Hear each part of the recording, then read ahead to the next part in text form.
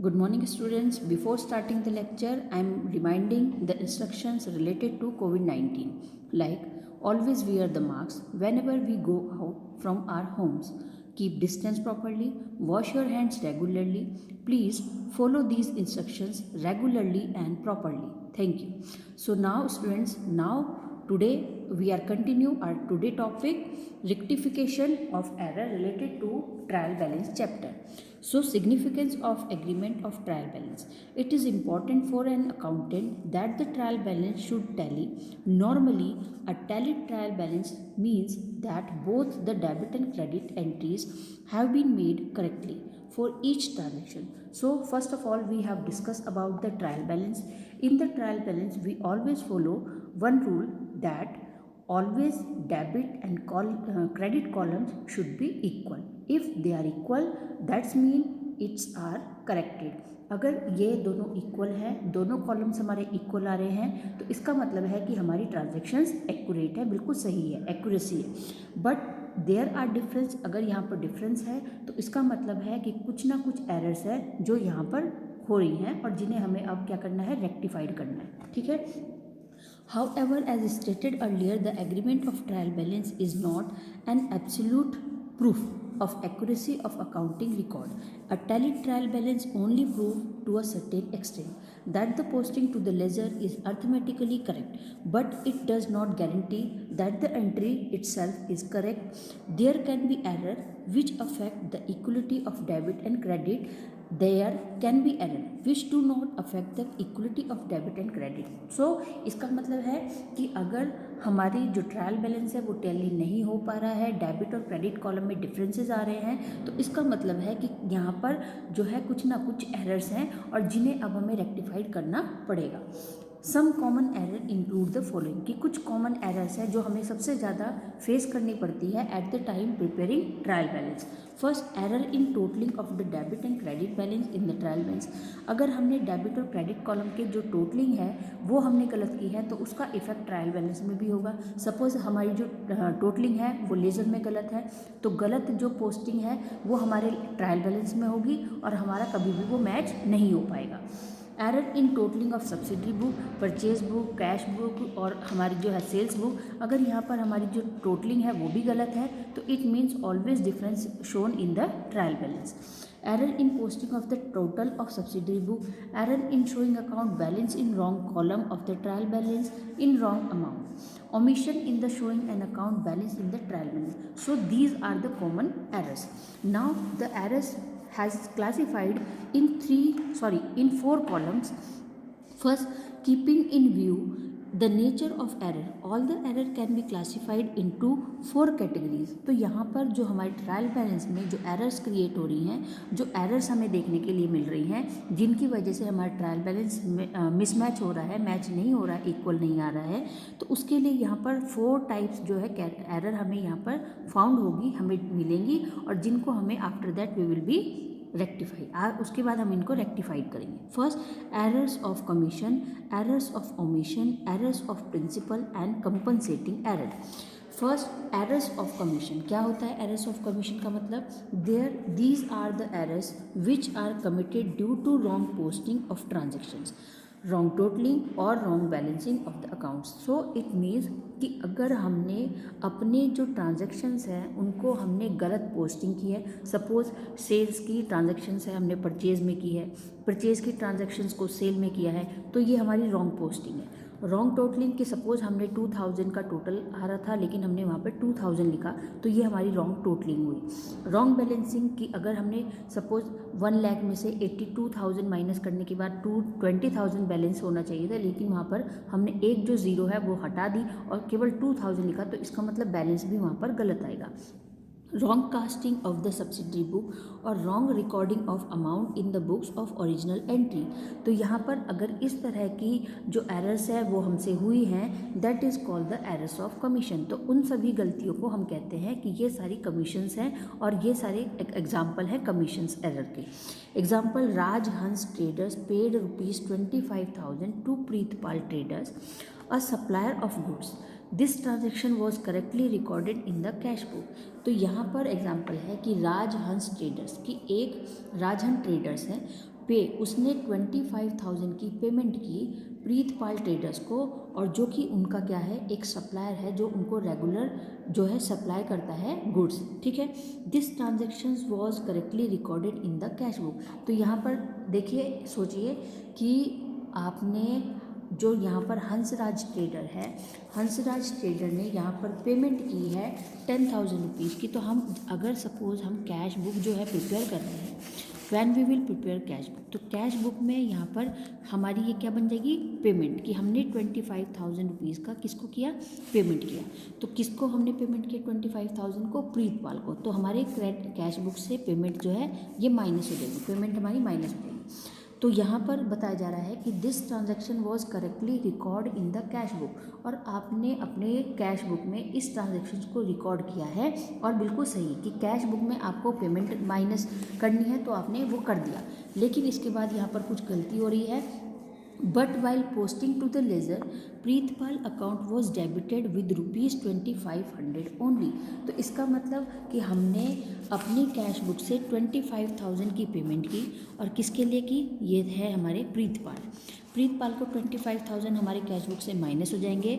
अब यहाँ पर प्रीतपाल जब अपनी अकाउंट को मेंटेन करेंगे तो यहाँ पर उनके लिए डेबिट होगी 25,000 रुपीज़, बट आपने केवल यहाँ पर 2500 रुपीज़ ही मेंशन किया है। इसका मतलब 25,000 आपको रिकॉर्ड करना था in debit side to the Pritpal, लेकिन आपने वहाँ पर सिर्फ 2500 ही अमाउंट मेंशन की है। तो ये हमारा क्या बन चुका है, एक एरर कमीशन की हमने रॉन्ग टोटलिंग यहाँ पर की हुई है, और ये ट्रांजेक्शन हमारी गलत है। But while posting to the ledger, Pritpal account was debited with ₹2500 only. This constitute an error of commission. Such an error by definition is of clerical nature and most of the error of commission affected in the trial balance.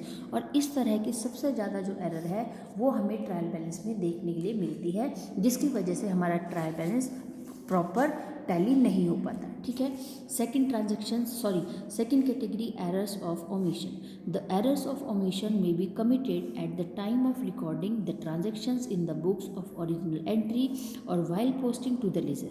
These can be of two types, error of complete omission, error of partial commission. तो यहाँ पर बताया जा रहा है कि जब हम रिकॉर्ड करते हैं ट्रांजेक्शन्स को, उसी समय पर हम कुछ गलतियाँ कर देते हैं जिसे हम कहते हैं ओमिशन। कि सपोज हमें कोई काम करना है, स्कूल आप आए हैं और आपको मैम ने कोई होमवर्क दिया, लेकिन आपने कहा कि ठीक है हम बाद में करेंगे, तो ये जानबूझ के आपने वहाँ पे क्या किया, गलती की। तो इसका मतलब आपने अपना जो काम था उसको एट ए टाइम नहीं किया, अटेंड नहीं किया, तो इसकी वजह से आप लास्ट में भूल गए, आपने ट्रांजेक्शन्स रिकॉर्ड नहीं की। तो यहाँ पर इस तरह की जो गलतियाँ हैं उनको हम ओमिशन कहते हैं। It has two types, first complete omission और पार्शियल कमीशन। कि या तो आपने पूरी की पूरी जो ट्रांजेक्शन्स है, कंप्लीट ट्रांजेक्शन आपने अवॉइड की, उसको रिकॉर्ड नहीं किया, और या फिर यहाँ पर सेकेंडरी है कि आपने कुछ ट्रांजेक्शन्स वहाँ पर आधा पोर्शन है जो आपने रिकॉर्ड किया है और कुछ जो रिमेनिंग ट्रांजेक्शन्स है वो आपने छोड़ दिया, तो उसको हम कहेंगे partial omission. When a transaction is completely omitted from recording in the books of original record, it is an error of complete omission. कि आपको सपोज यहाँ पर हमने कैश बुक से प्रीतपाल को 20,000 की पेमेंट की थी, 25,000 की, और हमने अपनी कैश बुक में रिकॉर्ड नहीं की ये ट्रांजैक्शन, तो ये हमारी क्या बन गई, ओमिशन। कि हमें आज ही रिकॉर्ड करना चाहिए था अपनी कैश बुक में कि हमारी तरफ से 25,000 प्रीतपाल को पेमेंट हो रही है, लेकिन हमने वहाँ पर ये रिकॉर्ड नहीं किया, that is called the omission error. Entered in the, for example, credit sale to Mohan 10,000 not entered in the sales book। कि हमने यहाँ पर जो है मोहन को 10,000 का सामान बेचा है, कैसे, क्रेडिट में, और हमने सेल्स बुक में इसको रिकॉर्ड नहीं किया। मतलब हमने अपने जो हमारी सेल्स बुक है, सेल्स बुक से हमने इसको माइनस नहीं किया। तो इसका मतलब सपोज आपके पास सेल्स बुक, आपके पास जो स्टॉक है वो 1 लाख रुपीज़ का था, आपने आज 10,000 का स्टॉक और सेल किया है, तो अब आपका यहाँ पे माइनस होकर बैलेंस आना चाहिए था 90,000, but but you have not record this transaction so it will be shown always 1 lakh rupees. तो इसका मतलब आपने रिकॉर्ड नहीं किया, माइनस नहीं किया अपनी सेल्स बुक से, तो इसकी वजह से अब आपका जो ट्रांजेक्शन है वो 1 लाख रुपीज़ का शो करेगा, और आपने रिकॉर्ड नहीं किया तो 1 लाख रुपीज़ ही आप ट्रांसफ़र करेंगे ट्रायल बैलेंस में। तो ट्रायल बैलेंस में जब हम वहाँ पर टोटलिंग करेंगे, बैलेंस करने की कोशिश करेंगे अपने ट्रायल बैलेंस को, तो वहाँ पर हमें ये प्रॉब्लम जो है वो फेस होगी और ये एरर हमें वहाँ पर मिलेगा। ठीक है। Not entered in the sales book when the recording of transaction is partially omitted from the books, it is an error of partial omission. If in the above example credit sale had been duly recorded in the sales book but the posting from sales book to Mohan account has not been made, कि हमने सामान किसको बेचा है हमने ये record नहीं किया और हमने सेल्स बुक को रिकॉर्ड कर लिया। सपोज यहाँ पर जब हम सबसे पहले अगर ये ट्रांजेक्शन्स की हम बात करें तो हमारे पास एग्जाम्पल हैं कि क्रेडिट सेल्स टू मोहन 10,000, हमने मोहन को 10,000 पीस जो है सेल किया। तो हमारी first of all we will prepare journal. तो हम सबसे पहले अगर इसकी जनरल एंट्री बनाते हैं तो हमारे पास sales Mohan account debit 10,000 to sales account. इस तरह से हमारी सबसे पहले जनरल एंट्री प्रिपेयर होगी। After that we will prepare ledger. अब हम यहाँ पर 2 लेजर बनाएंगे।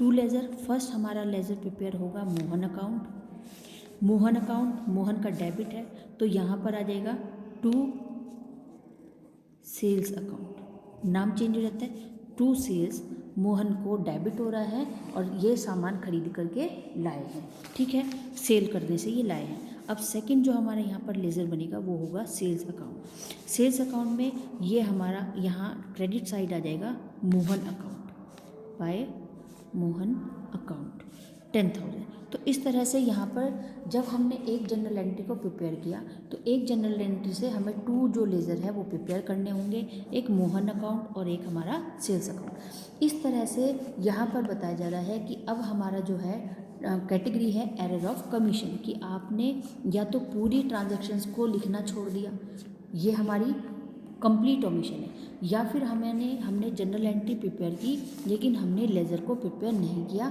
तो ये हमारा पार्शियल ओमिशन है। ठीक है। Credit says Mohan account has not been made, it would be an error of partial commission. Next, errors of principles. Accounting entry are recorded as per the generally accepted accounting principles. If any of these principles are violated or ignored, errors resulting from such violation are known as error of principle. An error of principle may occur due to incorrect classification of expenditure or receipt between capital and revenue.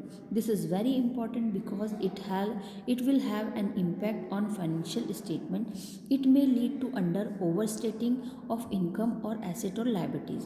Suppose तो यहाँ पर बताया जा रहा है कि यहाँ पर कुछ ऐसी जो मेजर मिस्टेक्स हैं वो हमारी तरफ से की गई हैं। हम आइडेंटिफाई प्रॉपर हमने नहीं किया कि ये हमारी एसेट्स हैं, लाइबिलिटीज़ हैं, या हमारी क्या बोलते हैं कि या हमारी ओवर वैल्यू है या अंडर वैल्यू है। तो इस तरह से हमने वहाँ पर जो ट्रांजेक्शन्स थी उसको प्रॉपर क्लासीफाइड नहीं किया और हमने वहाँ पर इग्नोरेंस के अकॉर्डिंग जो ट्रांजेक्शन्स है वो गलत रिकॉर्ड की। तो ये जो है एक मेजर मिस्टेक्स हैं और इनकी वजह से बहुत ज़्यादा डिफरेंस हमें देखने के लिए मिलेगा अपने ट्रायल बैलेंस को प्रिपेयर करने के टाइम पे। तो यहाँ पर बताया जा रहा है कि इस तरह की जो मेजर मिस्टेक्स है कि सपोज आपको कैपिटल रेवेन्यू के कोई खर्चे थे आपने इनकम रेवेन्यू में डाल दिए, या आपके कोई परमानेंट एक्सपेंडिचर थे वो आपने एक्सपेंसेस में डाल दिए। तो इस तरह से ये यहाँ पर बहुत ज़्यादा जो डिफरेंस है वो क्रिएट करेंगे। For example, amount spend on addition to the building should be treated as capital expenditure. अब यहाँ पर बताया जा रहा है कि आपने सपोज एक बिल्डिंग पर खर्च किया पैसा, बिल्डिंग को मेंटेनेंस कराने के लिए हमने कुछ पैसे खर्च किए, तो ये हमारा जो एक्सपेंडिचर है वो कहलाएगा कैपिटल एक्सपेंडिचर। हमारे पास जो बिल्डिंग हमारा लॉन्ग टर्म एसेट है, इस पर जो पैसे खर्च करेंगे वो कैपिटल एक्सपेंडिचर होगा and must be debited to the asset account. तो वो हमारा कैपिटल एक्सपेंडिचर नहीं, वो हमारा एसेट एक्सपेंडिचर होगा। क्यों? क्योंकि हमारी लॉन्ग टर्म इन्वेस्टमेंट है लॉन्ग टर्म इन्वेस्टमेंट पर जो हम खर्च करते हैं वो हमारी कैपिटल एक्सपेंडिचर बन जाते हैं। Instead if this amount is debited to the maintenance and repair account it has been treated as a revenue expenses. तो यहाँ पर हमने ये जो है गलत किया है कि हमने जो बिल्डिंग पर खर्च किया उसको मेंटेनेंस कराने पे जो खर्चा किया as capital expenditure should be treated as a capital expenditure, तो वो हमारा कैपिटल एक्सपेंडिचर होना चाहिए था and must be debit to the asset account. और किस में आना चाहिए था? एसेट के डेबिट अकाउंट में। Instead if this amount is debited to maintenance and repair account, कभी भी मेंटेनेंस और रिपेयर अकाउंट को ओपन करके उसमें इस तरह की ट्रांजेक्शन को डेबिट नहीं किया जाता। It has been treated as a revenue expenses, this is an error of principle. तो इसका मतलब कि आपने बिल्डिंग की मेंटेनेंस पर कुछ खर्चा किया जो हमारा कैपिटल एक्सपेंडिचर है। क्यों? क्योंकि ये हमारी लॉन्ग टर्म इन्वेस्टमेंट है। अब हम यहाँ पर आगे चलते हैं तो हम यहाँ पर लिखेंगे एसेट अकाउंट डेबिट, कि एसेट जो बिल्डिंग है वो हमारी लॉन्ग टर्म एसेट है और उस पर जो खर्च हमने किया वो हमारा debit as per the assets account है। ठीक है, तो यहाँ पर हमने ये जो गलत एक जो ट्रांजैक्शंस की है, तो इस तरह की ट्रांजैक्शंस की हमारे जो हेड है वही गलत हम मेंशन कर रहे हैं। इसका मतलब कि जैसे बिल्डिंग पे, जैसा कि मैं बार बार बता रही हूँ कि बिल्डिंग पे हमने मेंटेनेंस के लिए जो खर्च किया पैसा, बिल्डिंग हमारी लॉन्ग टर्म एसेट है, तो इस तरह के सभी जो हमारे एक्सपेंडिचर हैं उन्हें हम एसेट अकाउंट में मेंशन करते हैं, ना कि हमारे मेंटेनेंस और रिपेयर अकाउंट। ठीक है, this is an error of principle. Similarly, if a credit purchase of machinery is recorded in purchase book instead of general proper or rent paid to the, तो यहाँ पर एक और एग्जाम्पल है कि suppose if a credit purchase of machinery is recorded in purchase book. अब देखिए कि जब हम क्रेडिट परचेज, हमने एक उधार में मशीन खरीदी और जिसको हमने रिकॉर्ड किया परचेज बुक में, is recorded in purchase book.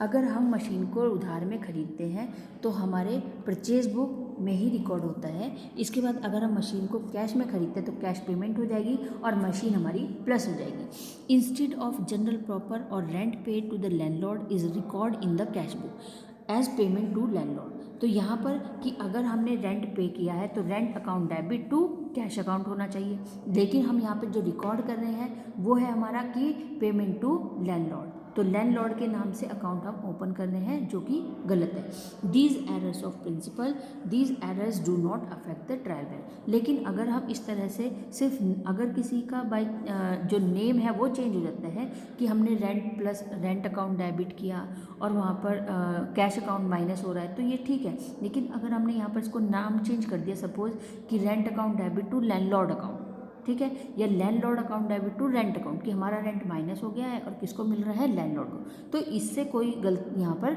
सिर्फ जो डिफरेंस है ट्रायल बैलेंस में वो तभी क्रिएट होगा जब यहाँ पर अमाउंट का डिफरेंस आएगा। ठीक है, अमाउंट हम गलत मेंशन करेंगे। कंपनसेटिंग एरर व्हेन टू और more error are committed in such a way that the net effect of these error on the debit and credit of account is nil. तो compensating जो error है, compensating error का मतलब है कि जब दो या दो से ज़्यादा गलतियां हम करते हैं, मिस्टेक्स हो रही हैं, तो इसका मतलब ये कंपनसेटिंग एरर है। Such errors are called compensating error. Such errors do not affect the telling of trial balance. For example, if purchase book has been overcast 10,000 resulting in excess debit of 10,000 in purchase account. इसका मतलब है कि suppose हमने जो अपनी purchase book है उसमें 10,000 का एक्स्ट्रा ओवर मतलब ज़्यादा अमाउंट शो की है कि हमने सपोज एक साल में हमने यहाँ पर 4 टाइम पे मशीनें खरीदी, हमने 4 ट्रांजेक्शन्स यहाँ पे यूज़ की। 1 टाइम पे हमने 10,000 का कोई सामान खरीदा, सेकंड में हमने 10,000, तो इस तरह से टोटल हमने परचेजिंग की ड्यूरिंग द ईयर 30,000। लेकिन यहाँ पर आपने एक और जो है मेंशन की हुई है, एक और एक्स्ट्रा ट्रांजेक्शन्स आपने की है, तो इसके अकॉर्डिंग आपके पास हुई परचेज 40,000। तो इसका मतलब यहाँ पे कहा कि आपने जो रेगुलर 3 ट्रांजेक्शन्स यूज़ की है परचेज के लिए उसका बैलेंस आपका 30,000 होना चाहिए, लेकिन आपने ओवरकास्ट मतलब 10,000 रुपये का ज़्यादा यहाँ पर एक्सेस अमाउंट हमें डेबिट में देखने के लिए मिल रहा है। तो इसे हम क्या कहेंगे कि compensating error has been overcast by ₹10,000 resulting in excess debit 10,000 in purchase account and sale return back is undercast 10,000 resulting in short debit to sales return account. कि जब हम किसी भी अमाउंट को या तो ज़्यादा लिख लेते हैं या फिर कम कर देते हैं तो इस तरह की एरर्स हमारी कंपनसेटिंग एरर कहलाती है। Case of two error compensating each under each other effect. One plus is set off by the other means the net effect of these two errors is nil and so they do not affect the agreement of trial balance. तो यहाँ पर आज हमने पढ़ा कि जो trial balance है at the time we will prepare trial balance we are facing a lots of error. तो जब हम ट्रायल बैलेंस को प्रिपेयर करते हैं तो हमें बहुत सारी तरह की जो प्रॉब्लम्स हैं वो फेस करने के लिए या हमें देखने के लिए मिलती हैं जिन्हें हम यहाँ पर क्या करेंगे, रेक्टिफाई करेंगे और अपनी ट्रांजैक्शंस को सही करेंगे. और जिसके लिए 4 जो हमारे एरर्स हैं, there are 4 type. First, error of commission, omission, principle and commission.